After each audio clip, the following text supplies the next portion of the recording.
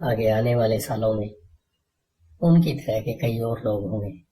Bill Gates की तरह के सैकड़ों लोग होंगे और दुनिया भर में हर साल माइक्रोसॉफ्ट जैसी बहुत सी अत्यधिक सफल कंपनियां बनेंगी और दिवालियापन, कंपनी बंद होने, स्टाफ निकालने की बहुत सी घटनाएं होंगी। तो आपको फाइनेंशियल आईक्यू विकसित करने की झंझट में क्यों पड़ना चाहिए?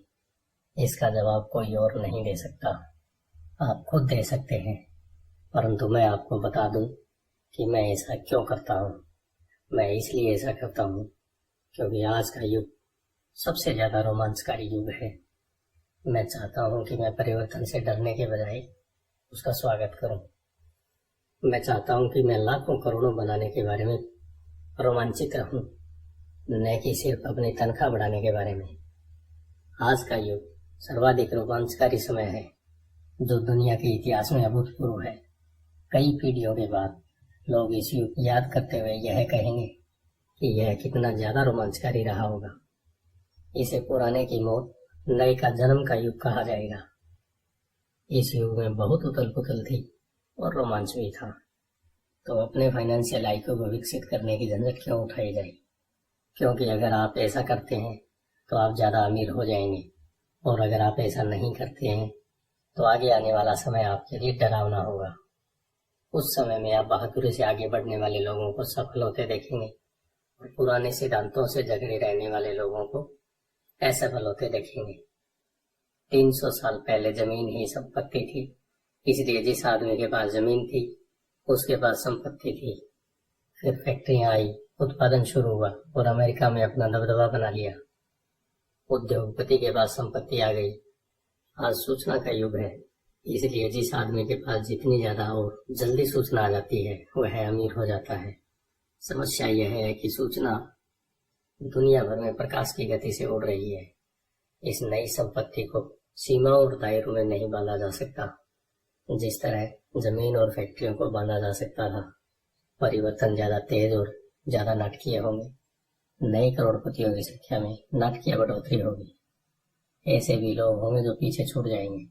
आज मैं इतने सारे लोगों को संघर्ष करते देखता हूँ और प्राय ज्यादा कड़ी मेहनत करते देखता हूँ।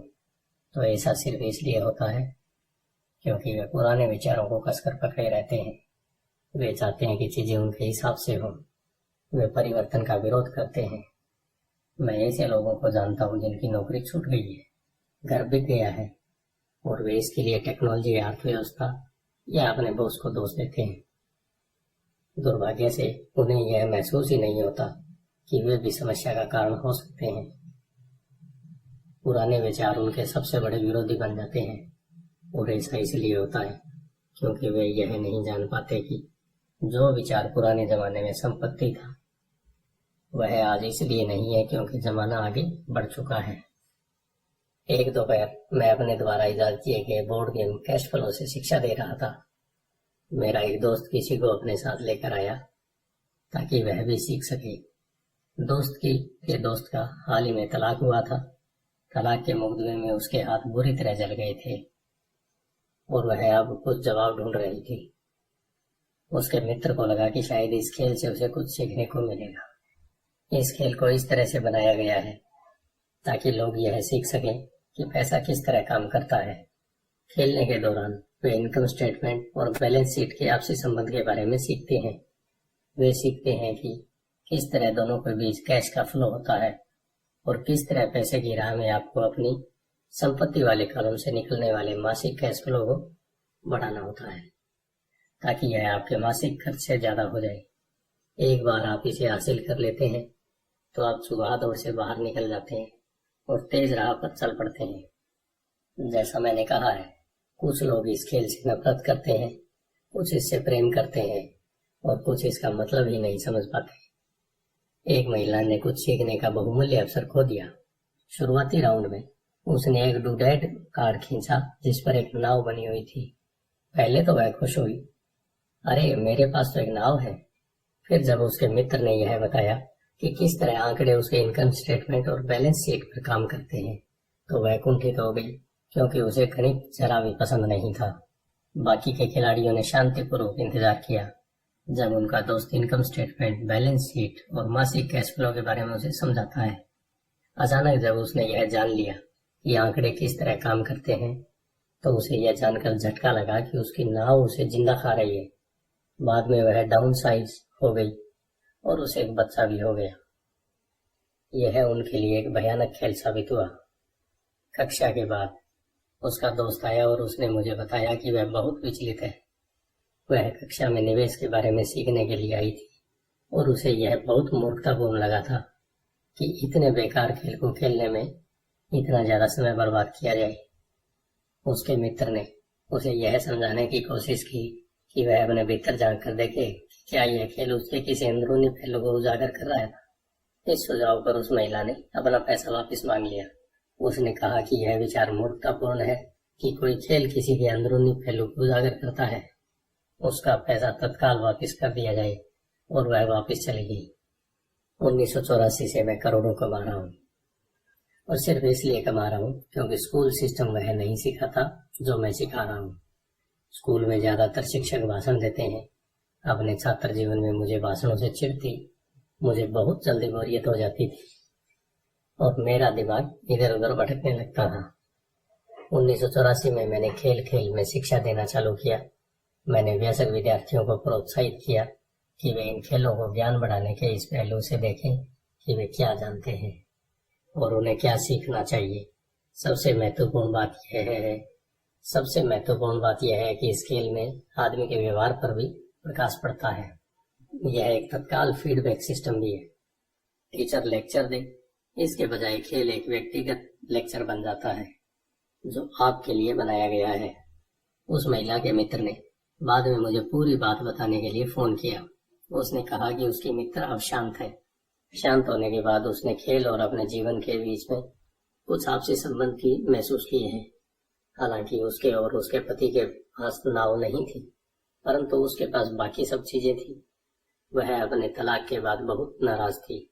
उसका पति एक कम उम्र की महिला के साथ भाग गया था और 20 साल के वैवाहिक जीवन के बाद उसके पास दौलत के नाम पर बहुत कम सामान था। उसके बीच बांटने के लिए लगभग कुछ भी नहीं था। 20 साल की उनकी शादीशुदा जिंदगी में मजा बहुत आया था, परंतु उन्होंने केवल डैडूड इकट्ठे किए थे। उसने यह महसूस किया कि आंकड़ों पर उसका गुस्सा इनकम स्टेटमेंट और बैलेंस शीट पर इसलिए था क्योंकि वह उन्हें समझ नहीं पा रही थी। उसका यह मानना था कि पैसे धैर्य का हिसाब किताब रखना पुरुष का काम है। वह घर संभालती थी और उसका पति पैसों को संभालता था। उसे अब यह पक्का भरोसा हो चुका था कि उनकी शादी के आखिरी 5 सालों में उसके पति ने उससे पैसे छुपाए थे। वह इस बात पर खुद से नाराज थी कि उसे यह पता ही नहीं चला था कि पैसा कहाँ गया है, और यह भी पता नहीं चला था कि उसका किसी दूसरी औरत के साथ संबंध बन चुका है। बोर्ड गेम की तरह दुनिया भी तत्काल फीडबैक देती है। अगर हम ज्यादा ध्यान दें तो हम ज्यादा सीख सकते हैं। कुछ समय पहले की बात है, मैंने अपनी पत्नी से कहा कि धोबी ने मेरी पैंट को सिकोड़ दिया। मेरी पत्नी धीमे से मुस्कुराई और उसने मेरे पेट में उंगली गड़ाते हुए मुझे बताया कि पैंट नहीं सिकुड़ी है बल्कि कोई और चीज फैल गई है। कैश फ्लो नामक यह है खेल हर खिलाड़ी को व्यक्तिगत फीडबैक देने के हिसाब से तैयार किया गया है। इसका लक्ष्य आपको विकल्प प्रदान करना है। अगर आप नाव वाला कार्ड निकालते हैं और यह आपको कर्ज में डाल देता है तो सवाल यह उठता है, अब आप क्या कर सकते हैं?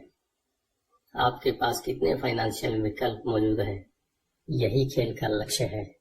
खिलाड़ियों को सोचना सिखाना ताकि वे नए और बहुत से फाइनेंशियल विकल्प बना सकें। मैंने 1000 से ज्यादा लोगों को यह खेल खेलते देखा है। वे लोग जो इस खेल की चूहा दौड़ के सबसे जल्दी निकल जाते हैं, उन्हें अंकों की समझ होती है और उनके पास रचनात्मक फाइनेंशियल दिमाग होता है। वे बहुत से फाइनेंशियल विकल्पों को देख सकते हैं। जिन लोगों को सबसे ज्यादा समय लगता है वे ऐसे लोग होते हैं जिन्हें अंकों की समझ नहीं होती और जिन्हें प्राय निवेश की ताकत का एहसास नहीं होता। अमीर लोग प्राय रचनात्मक होते हैं और सोच समझकर खतरे उठाते हैं। कैश फ्लो खेलने वाले कई ऐसे भी लोग होते हैं जो इस खेल में बहुत सा पैसा तो कमा लेते हैं, परंतु उन्हें यह नहीं पता होता कि वे इस पैसे का क्या करें। उनसे ज्यादातर असली जिंदगी में भी आर्थिक रूप से सफल नहीं होते। हर कोई उनसे आगे निकल जाता है इस तथ्य के बावजूद कि उनके पास पैसा होता है, और यही असली जिंदगी में भी होता है। ऐसे बहुत से लोग हैं जिनके पास बहुत सा पैसा होता है और फिर भी वे आर्थिक रूप से आगे नहीं बढ़ पाते। अपने विकल्पों को सीमित कर लेना पुराने विचारों से चिपके रहने की ही तरह है। हाई स्कूल के समय का मेरा एक दोस्त अभी 3 नौकरियां कर रहा है। 20 साल पहले वह मेरे सभी सहपाठियों में सबसे अमीर हुआ करता था। जब स्थानीय शुगर प्लांटेशन बंद हुआ तो वह जिस कंपनी के लिए काम करता था वह भी बंद हो गई। उसके दिमाग में केवल एक विकल्प था और वह पुराना विकल्प था, कड़ी मेहनत करो। समस्या यह थी कि उसे कोई बराबरी की नौकरी नहीं मिल पाई जो पुरानी कंपनी में उसकी वरिष्ठता को माने।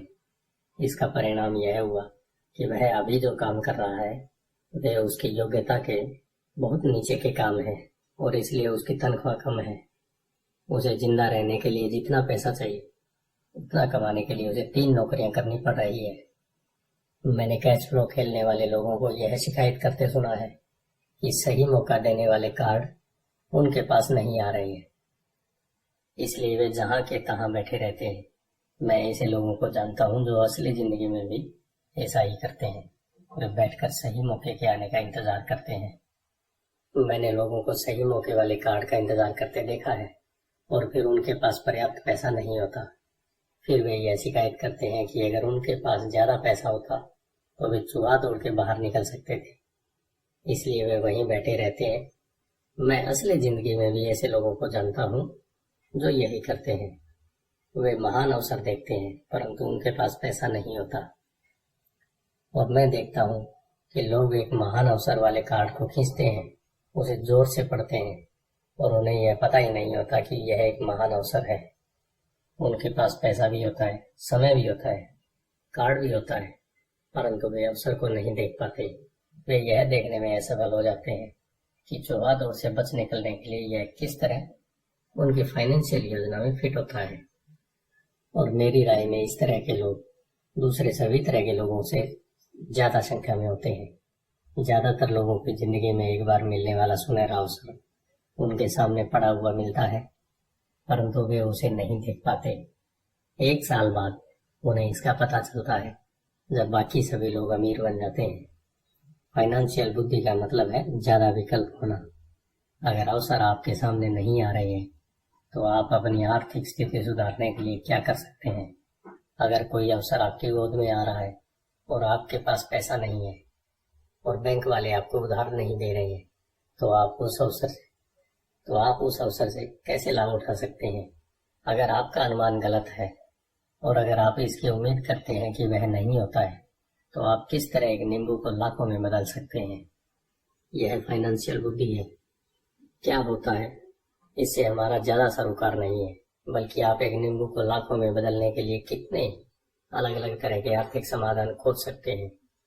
इसका मतलब है कि आप अपने पैसे की समस्या को सुलझाने में कितने रचनात्मक हैं। ज्यादातर लोग केवल एक समाधान जानते हैं, कड़ी मेहनत करो, बचत करो और उधार लो। तो आपको अपनी फाइनेंशियल बुद्धि क्यों पढ़ानी चाहिए? क्योंकि आप उस तरह के इंसान होना चाहते हैं जो अपनी किस्मत खुद बनाता हो। आप जो होता है उसे होने देते हैं और उसे बेहतर में बदलने की क्षमता रखते हैं। बहुत कम लोग यह समझ पाते हैं कि किस्मत भी हम ही बनाते हैं, जिस तरह की पैसा बनाया जाता है। अगर आप ज्यादा किस्मत वाले होना चाहते हैं और ज्यादा पैसा बनाना चाहते हैं तो कड़ी मेहनत करने के अलावा आपकी फाइनेंशियल बुद्धि महत्वपूर्ण है। अगर आप उस तरह के आदमी हैं जो सही चीज होने का इंतजार करता है तो शायद आपको बहुत लंबे समय तक इंतजार करना पड़ेगा। यह तो उसी तरह की बात हो गई कि आप गैरेज से गाड़ी निकालने से पहले यह पक्का करना चाहें कि अगले 5 मील तक भी सभी स्ट्रीट लाइटें हरी हो। जब हम छोटे थे तो मेरे डैडी माइक और मुझे लगातार यह बताते थे, पैसा असली नहीं है। मेरे डैडी हमें बार बार यह याद दिलाया करते थे कि जब हमने प्लास्टर ऑफ पेरिस के सिक्के डाले थे तो हम पैसे के रहस्य के करीब, सबसे करीब आ गए थे, क्योंकि हम पैसा बना रहे थे। गरीब और मध्यम वर्ग पैसे के लिए काम करते हैं। उनका कहना है अमीर लोग पैसे बनाते हैं। आप धन को जितना असली समझेंगे आप उसके लिए उतनी ही ज्यादा मेहनत से काम करेंगे। अगर आप इस विचार को मन में उतार लें कि पैसा असली चीज नहीं है तो आप ज्यादा तेजी से अमीर बन सकते हैं। अगर पैसा असली चीज नहीं है तो फिर क्या है? माइक और मैं उनसे यह सवाल पूछते थे। पैसा वह है जिसके बारे में हम सहमत हो जाएं। अमीर डैडी इतना ही जवाब देते थे। हमारे पास जो इकलौती सबसे शक्तिशाली पूंजी है वह है हमारा दिमाग। अगर इसे अच्छी तरह प्रशिक्षित कर दिया जाए तो यह एक पल में ढेर सारी दौलत बना सकता है। इतनी दौलत कि 300 साल पहले के राजाओं और रानियों ने सपने में भी नहीं देखी होगी। एक अप्रशिक्षित व्यक्ति बहुत ज्यादा गरीबी भी बना सकता है, जो पीढ़ी दर पीढ़ी चलने के कारण कई पीढ़ियों तक बनी रह सकती है। सूचना के इस युग में पैसा मिनटों में बन जाता है। कुछ लोग तो जीरो से शुरू करके अविश्वसनीय रूप से अमीर हो जाते हैं, और इसके लिए वे केवल कुछ विचारों और अनुबंधों का सहारा लेते हैं। आपको यह बात वे लोग आसानी से बता सकते हैं जो स्टॉक मार्केट में ट्रेडिंग करते हैं या दूसरे निवेश करते हैं, क्योंकि वहां अक्सर ऐसा होता रहता है। कुछ नहीं से तत्काल करोड़ों बनाए जा सकते हैं, और कुछ नहीं से मेरा मतलब है बिना पैसे के लेन देन के। यह अनुबंध के द्वारा किया जाता है। ट्रेडिंग पीठ में हाथ के एक संकेत से टोरंटो के ग्राहक के आदेश पर लिस्बन के ट्रेडर्स की स्क्रीन पर बत्ती जलती है और शेयर पल भर में टोरंटो पहुंच जाते हैं। 1 मिनट बाद शेयर बेचने का आदेश दिया जाता है और वे पल भर में बिक जाते हैं।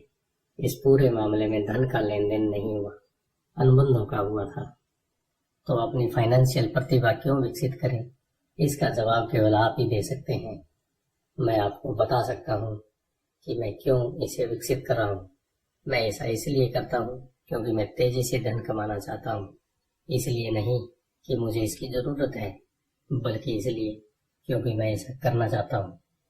यह सीखने की एक दिलचस्प प्रक्रिया है। मैं अपना फाइनेंशियल IQ इसलिए विकसित करता हूँ क्योंकि मैं दुनिया के सबसे तेज और सबसे बड़े खेल में भाग लेना चाहता हूँ, और अपने छोटे तरीके से मैं मानवता के अभूतपूर्व विकास का हिस्सा होना चाहता हूँ। एक ऐसे युग का जहाँ इंसान विशुद्ध रूप से केवल अपने दिमाग से काम करते हैं, शरीर से नहीं। इसके अलावा यहाँ ज्यादा रोमांच है, यहाँ पैसा है, यहाँ डर है, यहाँ आनंद है। इसलिए मैं अपनी फाइनेंशियल बुद्धि में निवेश करता हूँ और अपनी सबसे शक्तिशाली संपत्ति को विकसित करता हूँ। मैं बहादुरी से आगे बढ़ने वाले लोगों के साथ होना चाहता हूँ। मैं पीछे रह जाने वाले लोगों के साथ नहीं होना चाहता। मैं पैसे बनाने वाला एक आसान उदाहरण देना चाहता हूँ। 1990 के दशक की शुरुआत में फिनिक्स की अर्थव्यवस्था बहुत बुरी थी। मैं good morning America TV serial देख रहा था जब एक फाइनेंशियल प्लानर आया और उसने निराशावादी भविष्यवाणी करना शुरू कर दिया। उसकी सलाह थी, पैसे बचाओ, हर महीने $100 बचाओ और 40 सालों में आप भी करोड़पति बन सकते हैं। खैर, हर महीने निश्चित रकम बचाना भी एक अच्छा विचार है। यह एक विकल्प है, एक ऐसा विकल्प जिसे बहुत से लोग मान लेंगे। समस्या यह है कि ऐसा करने से आदमी यह नहीं जान पाता कि उसके आसपास क्या हो रहा है। वे अपने पैसे में ज्यादा महत्वपूर्ण बढ़ोतरी के बड़े मौकों का फायदा नहीं उठा पाते। दुनिया उनके पास से गुजर कर आगे बढ़ जाती है। जैसा मैंने कहा, अर्थव्यवस्था उस समय बहुत बुरे हाल में थी। निवेशकों के लिए यह एक आदर्श बाजार स्थिति थी। मेरा काफी पैसा उस समय स्टॉक मार्केट और अपार्टमेंट हाउसेज में फंसा हुआ था। मेरे पास नगद पैसा नहीं था। क्योंकि हर कोई बेच रहा था, इसलिए मैं खरीद रहा था। मैं पैसे बचा नहीं रहा था, मैं निवेश कर रहा था। मेरी पत्नी और मेरे पास $10 लाख से ज्यादा नगद थे, जो तेजी से बढ़ते हुए बाजार में काम कर रहे थे। निवेश करने के लिए यह सबसे बढ़िया मौका था। अर्थव्यवस्था भयानक थी। मैं बहुत छोटे छोटे निवेशों को तो वर्णन नहीं कर सकता, परंतु कई बड़ी बातें जरूर बताना चाहूंगा। वे घर जिनकी कीमत कभी $1 लाख होती थी, अब $7500 के रह गए थे। परंतु स्थानीय रियल एस्टेट ऑफिस में खरीदारी करने के बजाय मैंने दिवालिया, वकील के ऑफिस या अदालत की सीढ़ियों पर खरीदारी करना शुरू कर दिया। इन जगहों पर $75,000 का घर $20,000 या इससे भी कम में खरीदा जा सकता था। मैंने अपने मित्र से $2,000 का लोन लिया। 90 दिनों में एक लोन पर ब्याज $200 था। मैंने वकील को कैशियर का चेक दे दिया। जब अनुबंध की कार्रवाई चल रही थी, तब मैंने अखबार में विज्ञापन दिया कि $75,000 का घर केवल 60,000 में बिका हुआ है और किसी डाउन पेमेंट की जरूरत नहीं है। मेरा फोन तत्काल व्यस्त हो गया और लगातार बजने लगा। संभावित खरीदारों को छांटा गया और एक बार मकान कानूनी रूप से मेरे नाम हो गया तो सभी संभावित खरीदारों को घर देखने की इजाजत दी गई। अत्यंत रोमांचकारी घटनाक्रम के बीच घर कुछ ही मिनटों में बिक गया। मैंने $2500 की प्रोसेसिंग फीस मांगी जो मुझे खुशी खुशी दे दी गई और इसके बाद कानूनी नामांतरण की कार्रवाई चालू हो गई। मैंने अपने मित्र के $2000 के कर्ज में $200 ब्याज मिलाकर उसे दे दिए। वह खुश था, वह खरीदने वाला खुश था, वकील भी खुश था और मैं भी खुश था। मैंने $20,000 में खरीदे गए घर को $60,000 में बेच दिया। मेरे पास खरीदार का शपथ पत्र था जिसने मेरे संपत्ति वाले कॉलम में $40,000 जमा कर दिए थे। इस पूरी कार्रवाई में मुझे 5 घंटे लगे थे। तो अब जबकि आप में पैसे की समझ आ चुकी है और आप अंक पढ़ सकते हैं, मैं आपको दिखाऊंगा कि यह किस तरह पैसे का आविष्कार करने का उदाहरण है। मंदी के बाजार में अपने खाली समय में मैंने और मेरी पत्नी ने इस तरह के 6 सौदे निपटाए, जबकि हमारा ज्यादातर पैसा बड़ी प्रॉपर्टी और स्टॉक मार्केट में फंसा हुआ था। हम खरीदने और बेचने के सौदे में अपनी संपत्ति वाले कॉलम में $1,90,000 से ज्यादा बनाने में कामयाब हो गए थे। इस तरह हर साल की अनुमानित आय $1,90,000 हो गई। इस तरह हर साल की अनुमानित आय $19,000 हो गई थी और इसका ज्यादातर भाग हमारे प्राइवेट कॉर्पोरेशन द्वारा सुरक्षित था। इस $19,000 प्रति वर्ष का बड़ा हिस्सा हमारी कंपनी की कारों, पेट्रोल, ट्रिप्स, बीमे, ग्राहकों के साथ डिनर इत्यादि चीजों पर खर्च हो सकता था। जब तक सरकार को उस आमदनी पर टैक्स लगाने का मौका मिलता तब तक यह कानूनी रूप से खर्च हो चुका होता।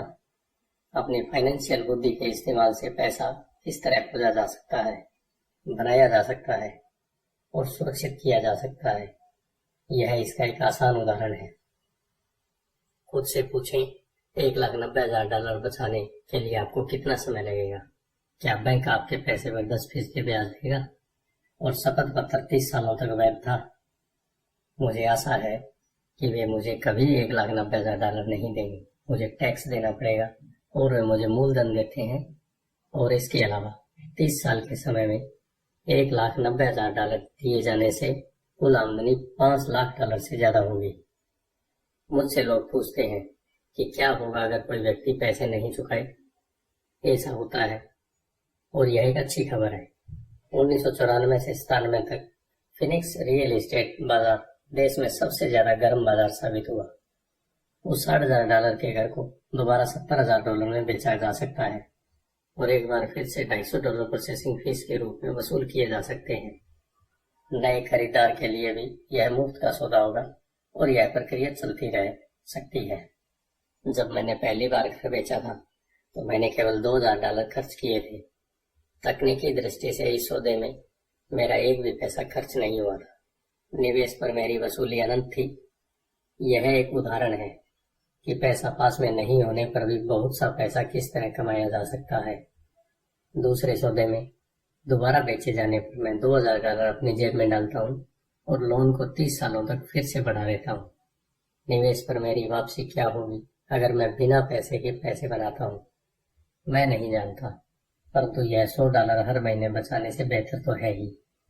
$100 हर महीने दरअसल $150 प्रति माह की रकम है, क्योंकि 40 सालों तक इस पर 5% का टैक्स लग चुका है और एक बार फिर आय पर 5% टैक्स लगता है। यह करना बहुत बुद्धिमानी की बात नहीं है। यह सुरक्षित हो सकता है परंतु यह स्मार्ट नहीं है। आज 1997 में जब मैं यह पुस्तक लिख रहा हूँ तो बाजार की स्थितियां 5 साल पहले की स्थिति से भी पूरी तरह अलग है। फिनिक्स का रियल एस्टेट बाजार पूरे अमेरिका की ईर्ष्या का केंद्र बना हुआ है। जो घर उस समय मैंने $60,000 में बेचे थे, आज उनकी कीमत $1,10,000 हो चुकी है। अब भी ऐसे मौके हैं, परंतु अब उनकी खोज करने में मुझे बहुत समय और पैसा खर्च करना पड़ेगा। वे दुर्लभ है, परंतु आज हजारों खरीदार इन सौदों की तलाश में भटक रहे हैं और बहुत कम समझदारी भरे मौके मौजूद है। बाजार बदल चुका है, यह आगे बढ़ने का समय है और संपत्ति वाले कॉलम में दूसरे मौके ढूंढने का समय है। आप यहाँ ऐसा नहीं कर सकते, यह कानून के खिलाफ है। आप झूठ बोल रहे हैं। मैं इस तरह की प्रतिक्रियाओं को ज्यादा सुनता हूँ। और क्या आप मुझे ऐसा करने का तरीका बता सकते हैं? यह आग्रह कम सुनता हूँ। गणित आसान है। आपको इसमें बीजगणित या कैलकुलेशन की जरूरत नहीं है। मैं ज्यादा इसलिए नहीं लिखता क्योंकि एस्क्रो कंपनी कानूनी सूदों को संभालती है और भुगतान की सेवा को भी। मुझे छत ठीक करवाने या टॉयलेट ठीक करवाने में झंझट भी नहीं उठानी पड़ती क्योंकि यह काम घर के मालिक का है। यह उनका घर है। कभी कभार कोई पैसा नहीं चुकाता और यह भी अच्छा होता है क्योंकि उसके विलम्ब शुल्क मिलता है या वे घर छोड़कर चले जाते हैं और प्रॉपर्टी एक बार फिर से बेच दी जाती है। कोर्ट सिस्टम यह सब संभाल लेता है और हो सकता है यह आपके इलाके में काम नहीं करे। बाजार की स्थिति अलग हो सकती है, परंतु यह उदाहरण दर्शाता है कि किस तरह एक आसान वित्तीय प्रक्रिया कुछ ही समय में लाखों डॉलर बना सकती है, जिसे बनाने में आपका ज्यादा पैसा भी नहीं लगता और आपको जोखिम भी कम होता है। यह अनुबंध से बनाए जाने वाले पैसे का उदाहरण है। जिसके पास भी हाई स्कूल तक की शिक्षा है वह ऐसा कर सकता है, परंतु ज्यादातर लोग ऐसा नहीं करते। ज्यादातर लोग मेहनत करो और पैसे बनाओ की पुरानी सलाह सुनते हैं। लगभग 30 घंटे की मेहनत के बाद $1,90,000 संपत्ति वाले कॉलम में आ गए और इसके लिए टैक्स भी नहीं देना पड़ा। इनमें से कौन सी सलाह आपको ज्यादा कठिन लगती है? नंबर 1, कड़ी मेहनत करो, 50% की दर से टैक्स चुकाओ और फिर जो रकम बचती है उसमें से बचत करो। आपकी बचत पर आपको 5% ब्याज मिलता है, जिस पर एक बार फिर टैक्स लगता है। या नंबर 2, पैसे की समझ विकसित करने का समय निकालें और अपने दिमाग और संपत्ति वाले कॉलम की ताकत का इस्तेमाल करें। इसमें वह समय भी जोड़ लें तो आपको विकल्प नंबर 1 के प्रयोग द्वारा $1,90,000 बचाने में लगता है, क्योंकि समय आपकी सबसे बड़ी संपत्ति है। अब आप समझ सकते हैं कि मैं क्यों चुपचाप अपना सिर हिलाता हूँ जब मैं लोगों को यह कहते सुनता हूँ मेरा बच्चा स्कूल में अच्छी पढ़ाई कर रहा है और उसे अच्छी शिक्षा मिल रही है। यह अच्छी हो सकती है, परंतु क्या यह पर्याप्त है? मैं जानता हूँ कि उपयुक्त निवेश तकनीक एक छोटी तकनीक है। इसे यह बताने के लिए लिखा गया है कि किस तरह एक छोटी सी रकम बड़ी रकम में बदल सकती है। एक बार फिर मेरी सफलता यह बताती है कि मजबूत वित्तीय नींव कितनी महत्वपूर्ण होती है, जो मजबूत वित्तीय शिक्षा से शुरू होती है। मैंने इसे पहले कहा है और यह एकदम महत्वपूर्ण है, और यह इतना महत्वपूर्ण है कि मैं इसे एक बार फिर दोहराना चाहूंगा। वित्तीय बुद्धि 4 मुख्य तकनीकी दक्षताओं से मिलकर बनती है। नंबर 1, वित्तीय साक्षरता, अंकों को पढ़ने की योग्यता। नंबर 2, निवेश की रणनीति, धन द्वारा धन बनाने का विज्ञान। नंबर 3, बाजार, मांग और पूर्ति। ग्राहम बेल ने बाजार को वह दिया जो इसे चाहिए था। यही बिल गेट्स ने भी दिया। यह मौका भी बाजार ने दिया था। $20,000 में कोई मकान खरीद कर उसे $60,000 में बेच दिया जाए, जबकि उसकी असली कीमत $75,000 थी। कोई खरीद रहा था, कोई बेच रहा था। नंबर 4, कानून, अकाउंटिंग, कॉर्पोरेट, स्टेट और नेशनल कानूनों और नीतियों के बारे में जागरूकता। मैं नियमों के भीतर रहकर खेलने की सलाह देता हूँ। अगर आप पैसे का आविष्कार करना चाहते हैं तो आप में यह मूलभूत आधारशिला होना चाहिए या इन दक्षताओं का समन्वय होना चाहिए। चाहे आप जैसा छोटे घर, बड़े अपार्टमेंट, कंपनियां, स्टोव, बॉन्ड, म्यूचुअल फंड, मूल्यवान धातुएं, बेसबॉल कार्ड खरीद कर करें या इसी किस्म का कोई दूसरा काम करें। 1996 तक रियल एस्टेट मार्केट सुर्खियों में था और हर कोई इसमें जा रहा था। स्टॉक मार्केट में भी बूम हो रहा था और हर कोई उसमें जा रहा था। अमेरिका की अर्थव्यवस्था अपने पैरों पर खड़ी हो रही थी। मैंने 1996 में बेचना चालू कर दिया और अब मैं पेरू, नॉर्वे, मलेशिया और फिलीपींस की यात्रा कर रहा था। निवेश बढ़ गए थे जहां तक खरीदारी का सवाल था। अब हम रियल एस्टेट बाजार में बाहर थे। अब मैं अपनी संपत्ति वाले कॉलम के भीतर आंकड़ों को बढ़ते देखता हूँ और शायद इस साल के आखिर में बेचना शुरू कर दूं। यह कांग्रेस द्वारा पारित किए जाने वाले कानूनी परिवर्तनों पर निर्भर करता है। मैं आशा करता हूँ कि 6 छोटे घरों के सौदे को बेच दूंगा और $40,000 के नोट को धन में बदल लूंगा। मुझे अपने अकाउंटेंट को बुलाकर उसे कहना पड़ता है कि वह इतनी रकम के लिए तैयार हो जाए और इसे टैक्स से बचाने के लिए तरीके खोजे। मैं आपको सिर्फ इतनी सी बात बताना चाहता हूँ कि निवेश आते जाते रहते हैं, मार्केट घटता और बढ़ता रहता है, अर्थव्यवस्थाएं सुधरती और बिगड़ती रहती है। दुनिया आपको हर दिन जिंदगी के अनूठे अवसर देती रहती है, आपकी जिंदगी के हर दिन, परंतु प्राय हम उन्हें देख नहीं पाते हैं, परंतु वे वहां होते हैं। और टेक्नोलॉजी जितनी ज्यादा बदलती है, आपके और आपके परिवार के लिए स्थायी आर्थिक सुरक्षा के लिए उतने ही ज्यादा मौके होते हैं। तो अपनी फाइनेंशियल बुद्धि को विकसित करने की झंझट क्यों उठाई जाए। एक बार फिर मैं यही कहूंगा कि आप ये इसका जवाब दे सकते हैं। मैं जानता हूँ कि मैं क्यों इसे सीखता हूँ और विकसित करता हूँ। मैं ऐसा इसलिए करता हूँ क्योंकि मुझे पता है कि परिवर्तन हो रहे हैं और होने वाले हैं। मैं परिवर्तनों का स्वागत करता हूँ और अतीत से चिपका नहीं रहना चाहता। मैं जानता हूँ कि मार्केट में ज्वार आएगा और मार्केट में भाटे भी आएंगे। मैं लगातार अपनी फाइनेंशियल बुद्धि को विकसित करना चाहता हूँ क्योंकि मार्केट में हर परिवर्तन पर कुछ लोग अपनी नौकरियों के लिए अपने घुटने टेक कर भीख मांगेंगे। इसी समय कई दूसरे लोग जिंदगी द्वारा दिए गए नींबुओं को लेकर उन्हें करोड़ों में बदल लेंगे। और हमें यह नहीं भूलना चाहिए कि हमें कभी कभार जिंदगी नींबू दे देती है। यही फाइनेंशियल बुद्धि है। मुझसे अक्सर पूछा जाता है कि मैंने नींबुओं को किस तरह करोड़ों में बदला। व्यक्तिगत रूप से मैं व्यक्तिगत निवेशों के कई और उदाहरण देने से झिझकता हूँ। मैं इसलिए झिझकता हूँ क्योंकि मुझे डर है कि मुझे बड़बोला या अपनी शेखी बगाड़ने वाला कहा जाएगा। यह मेरा इरादा नहीं है। मैं सिर्फ इसलिए उदाहरण देता हूँ ताकि उसके अंकों और समयावधि से सच्ची और समान घटनाओं को बताया जा सके। मैं उदाहरण इसलिए देता हूँ ताकि आपको यह बता सकूं कि यह आसान है, यह ज्यादा आसान है अगर आप फाइनेंशियल बुद्धि के 4 स्तंभों के जानकार हैं। व्यक्तिगत रूप से फाइनेंशियल बुद्धि के लिए 2 मुख्य साधनों का इस्तेमाल करता हूँ, रियल एस्टेट और छोटे स्टॉक्स। मैं रियल एस्टेट को अपनी नींव की तरह इस्तेमाल करता हूँ। हर दिन मेरी प्रॉपर्टी कैश फ्लो प्रदान करती है और उनका मूल्य बढ़ता जाता है। छोटी पूंजी के स्टॉक्स को तेज बढ़ोतरी के लिए इस्तेमाल किया जाता है। मैं अपने द्वारा की गई हर चीज की अनुशंसा नहीं करता। उदाहरण केवल उदाहरण ही है। अगर अवसर बहुत जटिल है और मैं निवेश को नहीं समझ पाता हूँ तो मैं निवेश नहीं करता हूँ। पैसे के बारे में निर्णय लेने में हमें केवल साधारण गणित और कॉमन सेंस की जरूरत होती है। उदाहरणों का प्रयोग निम्न 5 कारणों से किया जाता है। नंबर 1, लोगों को ज्यादा सीखने के लिए प्रेरित करने के लिए। नंबर 2, लोगों को यह बताने के लिए कि अगर नींव मजबूत है तो पैसे का महल बनाना आसान है।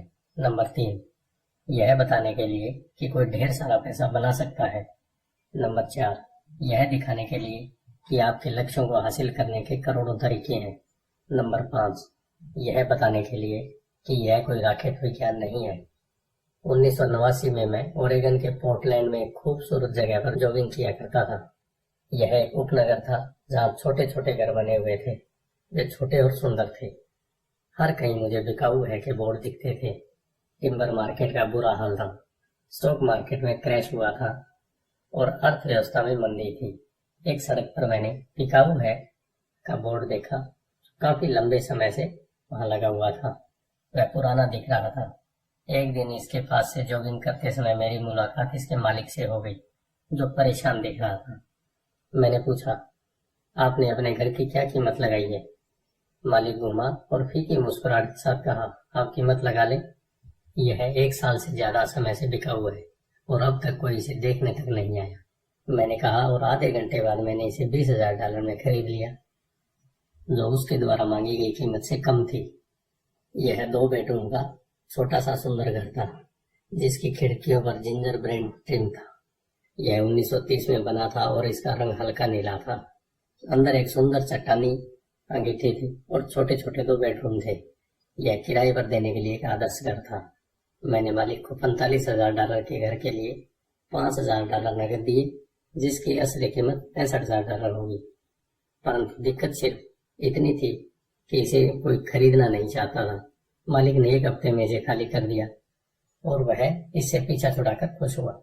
मेरा पहला किराएदार वहां आ गया, जो एक स्थानीय कॉलेज में प्रोफेसर था।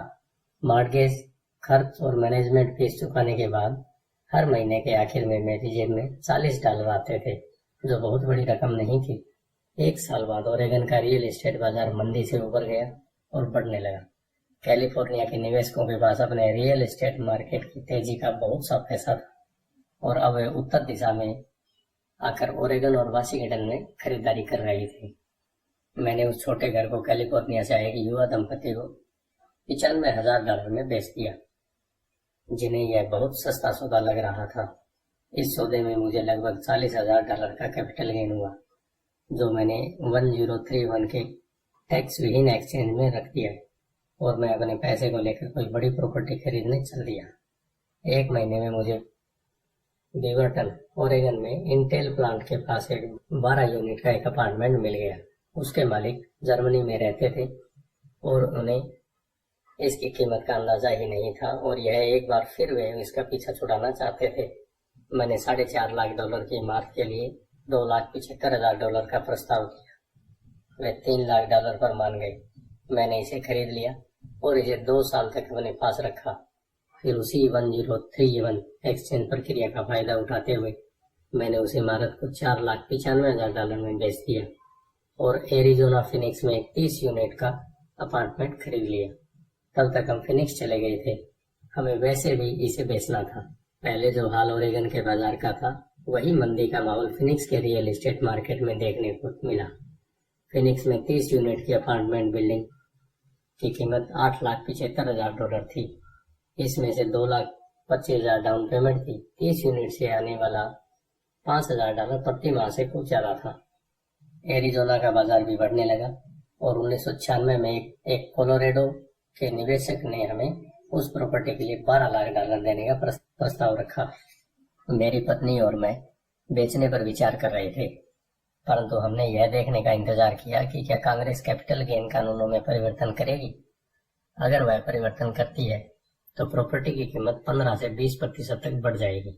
इसके अलावा हर महीने $5,000 मिलते रहना अच्छा लगता था। इस उदाहरण में मुद्दे की बात यह है कि किस तरह एक छोटी रकम एक बड़ी रकम में बदली जा सकती है।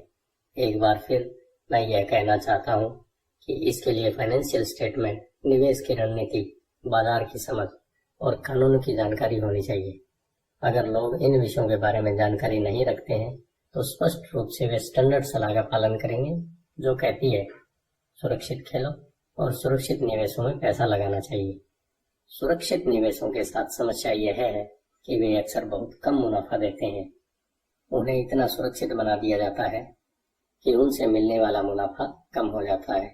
ज्यादातर बड़े ब्रोकरेज हाउसेज जोखिम भरे सौदों से बचते हैं ताकि वे खुद की और अपने ग्राहकों की सुरक्षा कर सके, और यह नीति समझदारी की भी है। असली गर्म सौदे नौसिखियों को नहीं दिए जाते। प्राय सर्वश्रेष्ठ सौदे उन लोगों के लिए सुरक्षित रखे जाते हैं जो इस खेल को अच्छी तरह समझते हैं, और ये सौदे अमीरों को और भी अमीर बना देते हैं। वैसे भी इस तरह के जोखिम भरे सौदे नौसिखियों के सामने रखना तकनीकी रूप से गैर कानूनी माना जाता है, परंतु ऐसा कभी कभार होता भी है। मैं जितना ज्यादा परिष्कृत होता जाता हूँ उतने ही अवसर मुझे मिलते जाते हैं। जिंदगी में फाइनेंशियल बुद्धि विकसित करने का एक और फायदा यह होता है कि इससे हमारे सामने ज्यादातर अवसर आते हैं, और आपकी फाइनेंशियल बुद्धि जितनी ज्यादा बढ़ती है, आपके लिए यह बताना आसान होता है कि कोई सौदा अच्छा है या बुरा। आपकी बुद्धि तत्काल एक बुरे सौदे को पहचान सकती है या एक बुरे सौदे को अच्छे सौदे में बदल सकती है। मैं जितना ज्यादा सीखता हूँ, और सीखने के लिए भी बहुत कुछ बाकी है, मैं उतना ही ज्यादा पैसा सिर्फ इसलिए कमाता हूँ क्योंकि समय के साथ साथ मेरा अनुभव और बुद्धि बढ़ती जाती है। मेरे कुछ दोस्त अब भी सुरक्षित खेल खेल रहे हैं और अपने प्रोफेशन में कड़ी मेहनत कर रहे हैं, परंतु उनकी फाइनेंशियल बुद्धि विकसित नहीं हो पाई है, जिसे विकसित होने में बहुत समय लगता है। मेरी कुल जमा फिलॉसफी है अपनी संपत्ति वाले कॉलम में 20 होना। यह मेरा फार्मूला है। मैं छोटे पैमाने पर शुरू करता हूँ और बीज बोता हूँ। कुछ बीज उग जाते हैं और कुछ नहीं उगते। हमारे रियल एस्टेट कॉर्पोरेशन में हमारे पास करोड़ों डॉलर की प्रॉपर्टी है।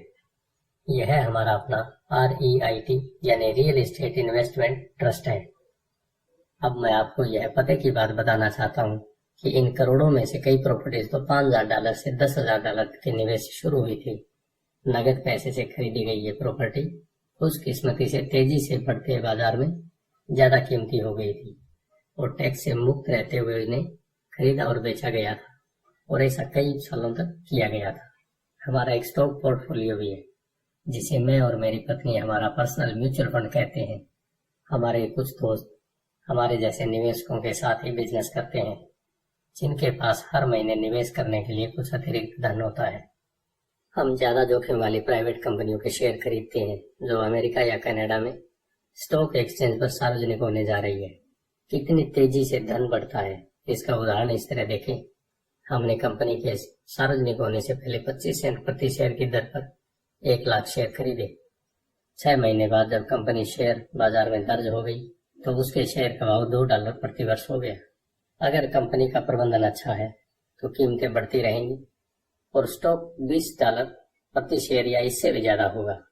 ऐसे भी कई वर्ष रहे हैं जब हमारे $25,000 1 लाख से भी कम समय में $10 लाख बन गए हैं। यह जुआ नहीं है अगर आप जानते हैं कि आप क्या कर रहे हैं। यह जुआ है अगर आप सौदे में अपना पैसा फेंक रहे हैं और भगवान से सफल होने की दुआ कर रहे हैं। आपको अपनी तकनीकी ज्ञान, बुद्धि और खेल के प्रति प्रेम की जरूरत होगी ताकि जोखिम कम से कम रहे। वैसे जोखिम तो होता ही है। यह फाइनेंशियल बुद्धि होती है जिससे आपकी सफलता के अवसर बढ़ जाते हैं। इसी कारण जो चीज एक आदमी के लिए जोखिम भरी होती है वह दूसरे आदमी के लिए उतनी ही जोखिम भरी नहीं होती। यह वह मूल कारण है जिसकी वजह से मैं लोगों को लगातार प्रेरित करता हूँ कि वे स्टॉक, रियल एस्टेट या दूसरे बाजारों में निवेश करने के बजाय फाइनेंशियल बुद्धि में निवेश करें। आप जितने ज्यादा स्मार्ट होंगे आपके सफल होने के अवसर उतने ही ज्यादा होंगे। मैं व्यक्तिगत रूप से जिन स्टॉक्स में निवेश करता हूँ उनमें बहुत ज्यादा जोखिम होता है और इसलिए मैं उनकी अनुशंसा नहीं करता। मैं इस खेल को 1979 से खेल रहा हूँ और मैंने इसमें काफी अनुभव हासिल किया है। परंतु अगर आप दोबारा पढ़ेंगे कि इस तरह के निवेश ज्यादातर लोगों के लिए जोखिम भरे क्यों होते हैं तो आप अपनी जिंदगी को अलग तरह से निर्धारित कर सकेंगे, जिसमें $25,000 से 1 साल में $10 लाख बनाना आपके लिए कम जोखिम भरा होगा। जैसा पहले ही कहा जा चुका है, मैंने जो लिखा है मैं आपको वैसा करने की सलाह नहीं देता हूँ। मैं सिर्फ आपको यह समझाना चाहता हूँ कि यह आसान है और संभव है। बात इतनी सी है कि औसत आदमी के लिए $1 लाख से ज्यादा की प्रतिवर्ष आय अच्छी होती है और इसे हासिल करने में ज्यादा मेहनत भी नहीं लगती।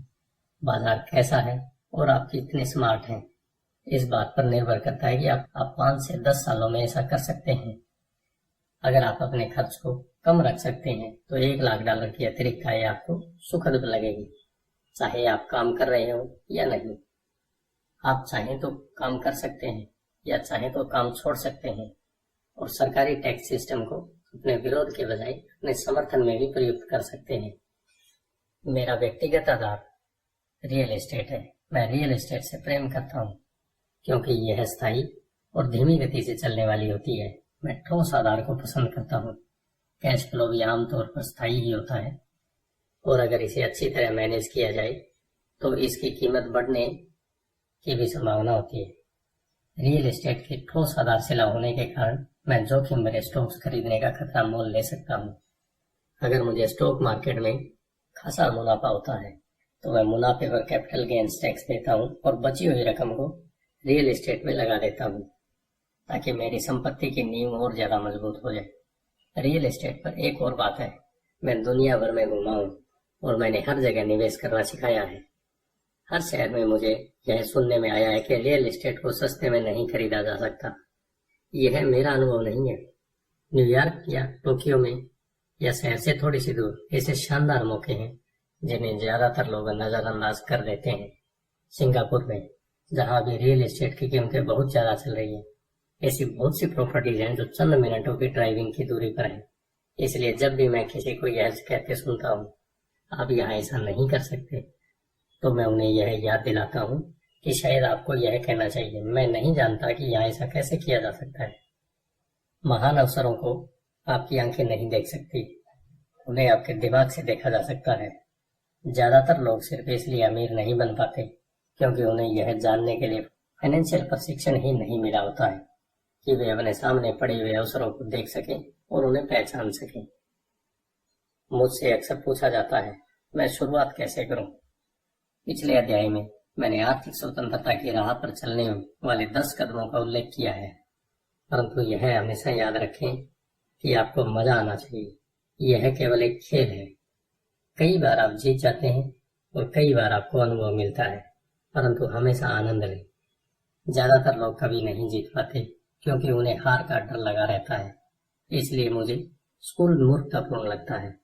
स्कूल में हम सीखते हैं कि गलतियां बुरी बात होती है और गलतियां करने के लिए हमें सजा दी जाती है, परंतु अगर हम इंसानों को सीखने की प्रक्रिया पर नजर डालें तो हम पाएंगे कि इंसान गलतियां करके ही सीखते हैं। हम गिर गिर कर ही चलना सीख पाते हैं। अगर हम कभी नहीं गिरे तो हम कभी चल भी नहीं पाएंगे। यही मोटरसाइकिल चलाने के बारे में भी सही है। मेरे घुटने पर अब भी चोट के निशान हैं, परंतु आज मैं बिना सोचे मोटरसाइकिल चला सकता हूँ। यही अमीर बनने के बारे में भी सही है। दुर्भाग्य से ज्यादातर लोगों के अमीर न बन पाने का मुख्य कारण यह है कि वे हारने से डरते हैं। जीतने वाले हारने से नहीं डरते, परंतु हारने वाले डरते हैं। सफलता की प्रक्रिया का एक भाग असफलता भी है। जो लोग असफलता से डरते हैं, सफलता उनसे बचती है। मैं पैसे कमाने को टेनिस के खेल की तरह मानता हूँ। मैं मेहनत से खेलता हूँ, गलतियां करता हूँ, गलतियां सुधारता हूँ और ज्यादा गलतियां करता हूँ, सुधारता हूँ, और इस तरह से मेरा खेल सुधरता जाता है। अगर मैं खेल में हार जाता हूँ तो मैं नेट के पास जाकर अपने विरोधी से हाथ मिलाता हूँ, मुस्कुराता हूँ और कहता हूँ अगले शनिवार को मिलेंगे। निवेशक 2 तरह के होते हैं। पहले और सबसे आम तरह के निवेशक वे लोग होते हैं जो एक पैकेज में निवेश करते हैं। वे रिटेल आउटलेट में फोन करते हैं, जैसे एक रियल एस्टेट कंपनी या स्टॉक ब्रोकर या फाइनेंशियल प्लानर को, और फिर वे कुछ खरीदते हैं। यह एक म्यूचुअल फंड, स्टॉक या बॉन्ड हो सकता है। यह निवेश का एक अच्छा, साफ सुथरा और आसान तरीका है। यह उसी तरह की खरीदारी हो गई जैसे कोई ग्राहक कंप्यूटर स्टोर में जाकर शेल्फ पर रखे कंप्यूटर को खरीद ले। दूसरी तरह के निवेशक वे होते हैं जो निवेशों को बनाते हैं। इस तरह के निवेशक आमतौर पर सौदों को असेंबल करते हैं, जिस तरह कंप्यूटर इंजीनियर कंप्यूटर के पुर्जों को असेंबल करते हैं। मैं यह तो नहीं जानता कि कंप्यूटर के पुर्जों को किस तरह असेंबल किया जाता है, परंतु मैं यह जानता हूँ कि आर्थिक अवसरों के पुर्जों को किस तरह असेंबल किया जा सकता है, या मैं ऐसे लोगों को जानता हूँ जो ऐसा करते हैं। दूसरी किस्म का निवेशक ही प्रोफेशनल निवेशक होता है। कई बार तो पुर्जों को इकट्ठा करने में सालों लग जाते हैं और कई बार वे कभी इकट्ठे नहीं हो पाते। मेरे अमीर डैडी ने मुझे दूसरे किस्म का निवेशक बनने के लिए प्रोत्साहित किया। यह सीखना महत्वपूर्ण है कि पुर्जों को किस तरह असेंबल किया जाए, क्योंकि यहीं पर भारी जीत का मौका होता है, और अगर किस्मत आपके साथ न हो तो यहीं पर भारी नुकसान का खतरा होता है। अगर आप दूसरी किस्म के निवेशक बनना चाहते हैं तो आपको मुख्य रूप से 3 मुख्य दक्षताएं विकसित करने की जरूरत है। फाइनेंशियल बुद्धि के अलावा इन दक्षताओं की जरूरत होती है। नंबर 1, किस तरह ऐसे मौकों को खोजें जो दूसरों को दिखाई नहीं देता हो। दूसरे लोग अपनी आंखों से उस मौके को देख नहीं पाएंगे, पर आप अपने दिमाग से उस मौके को देख सकते हैं। उदाहरण के लिए, मेरे एक दोस्त ने एक पुराना घर खरीदा। यह दिखने में बुरा सा था। हर एक को हैरत थी कि उसने इसे क्यों खरीदा, परंतु दूसरे जो देख नहीं पाए थे और जो उसने देख लिया था वह यह था कि उस घर के साथ 4 खाली जमीन के टुकड़े भी थे। उसने यह कंपनी जाकर पता कर लिया था। घर खरीदने के बाद उसने उसे तोड़ दिया और उन 500 प्लाटों को बिल्डर को बेच दिया। इस सारे सौदे में उसे अपने मूल निवेश से 3 गुना रकम मिली। उसने 2 महीने के काम में $75,000 कमा लिए। यह बहुत ज्यादा रकम तो नहीं है, परंतु यह न्यूनतम वेतन से तो ज्यादा ही है, और यह तकनीकी रूप से कठिन भी नहीं है। नंबर 2, पैसा किस तरह जुटाया जाए। औसत आदमी बैंक जाता है, परंतु इस दूसरे किस्म के निवेशक को यह पता होना चाहिए कि पूंजी किस तरह जुटाई जाए और बिना बैंक जाए कितने तरीकों से पैसा जुटाया जा सकता है। मैंने यह सीखा कि बिना बैंक की मदद लिए घर कैसे खरीदा जा सकते हैं।